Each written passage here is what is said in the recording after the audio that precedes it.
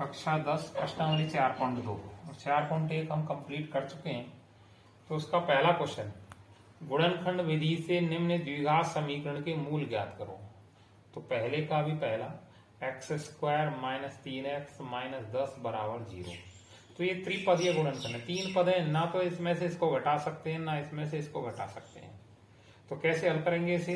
पहली और तीसरी का पहले रफ कार्य में गुणा करेंगे, पहली और तीसरी का।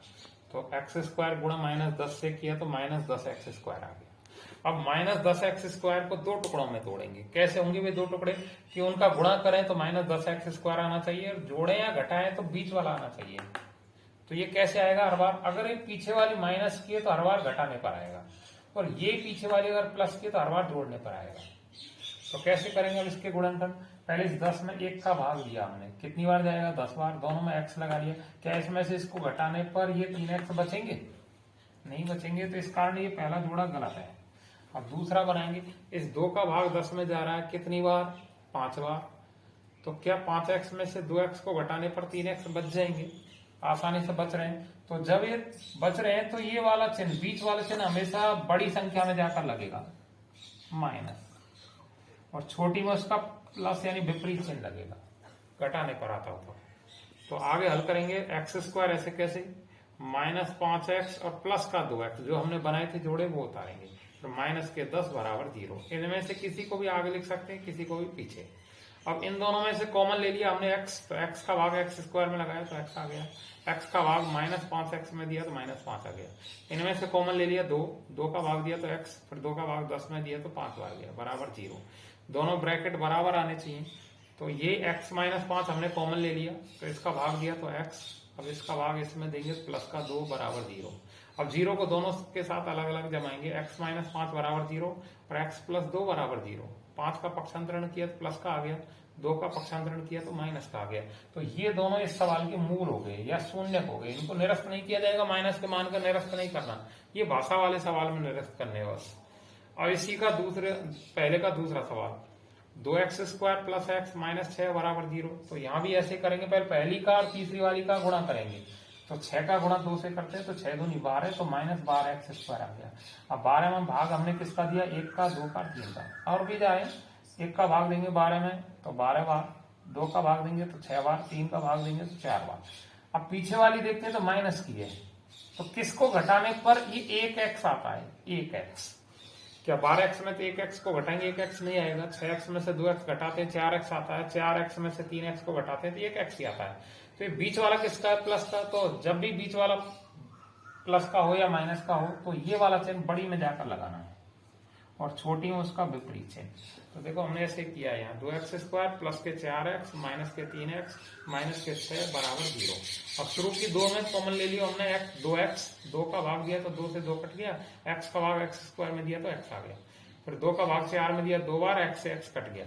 इनमें से कॉमन लिया हमने माइनस का 3, माइनस 3 का भाग दिया, माइनस 3 से माइनस 3 कट गया, x आ गया। माइनस 3 का भाग माइनस 6 में देंगे, प्लस 2 बार जाएगा। तो दोनों की ब्रैकेट कोष्टक समान आ गए, तो ये हमने कॉमन ले लिया x प्लस 2, इसका भाग दिया तो 2x आ गया, और इसी का भाग पीछे वाले में दिया तो माइनस 3 आ गया, बराबर 0।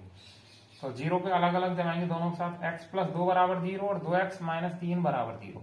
2 का पक्षांतरण किया तो माइनस का गया, यहाँ 3 का पक्षांतरण किया तो प्लस का जाएगा, और 2 किस में जाएगा? भाग में, क्योंकि यहाँ 2x के साथ गुणा में लेकर आया। तो ये दोनों इस सवाल के शून्य हो गए। अब तीसरा सवाल, ये थोड़ा कठिन है, ध्यान से सीखना। 2x square plus 7x plus 5 root 2 बराबर 0। तो पहले पहली वाली का और तीसरी वाली का गुणा करेंगे। तो देखो मैंने गुणा में लिख लिया है, वो 2x स्क्वायर गुणा 5x, 5 root 2, root 2x square गुणा 5 रूट 2। तो रूट 2 का गुणा रूट 2 से करते हैं तो सिर्फ 2 आता है, और 2 का गुणा 5 से करेंगे तो 5 दूनी 10, और x स्क्वायर के x स्क्वायर, तो 10x स्क्वायर हो गया। अब इसमें भाग पहले किसका दे दिया? 1 का, 10 बार गया, 2 का दिया तो 5 बार गया। अब हमें लाना क्या था? 7 बीच में। पीछे वाली किसकी है? प्लस की। क्या इन दोनों को जोड़ने पर 7 आ रहे हैं? नहीं आ रहे हैं। क्या इनको जोड़ने पर 7 आ रहे हैं? आ रहे हैं। तो दोनों में जब भी जोड़ने पर आती है तो बीच वाला चिन्ह जो भी हो तो दोनों में वही चिन्ह लगेगा। तो यहाँ भी प्लस लगेगा, यहाँ भी प्लस लगेगा। जोड़ने का मतलब ये नहीं है कि हर बार ही प्लस लगे। बीच वाला चिन्ह अगर माइनस का है तो दोनों माइनस ही लगेगा, और बीच वाला प्लस का है तो दोनों प्लस लगेगा।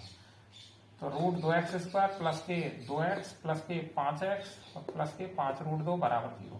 शुरू के दोनों थे हमने कॉमन ले लिए रूट 2x, रूट 2 से रूट 2 कट गया, x का भाग x स्क्वायर में दिया तो x आ गया।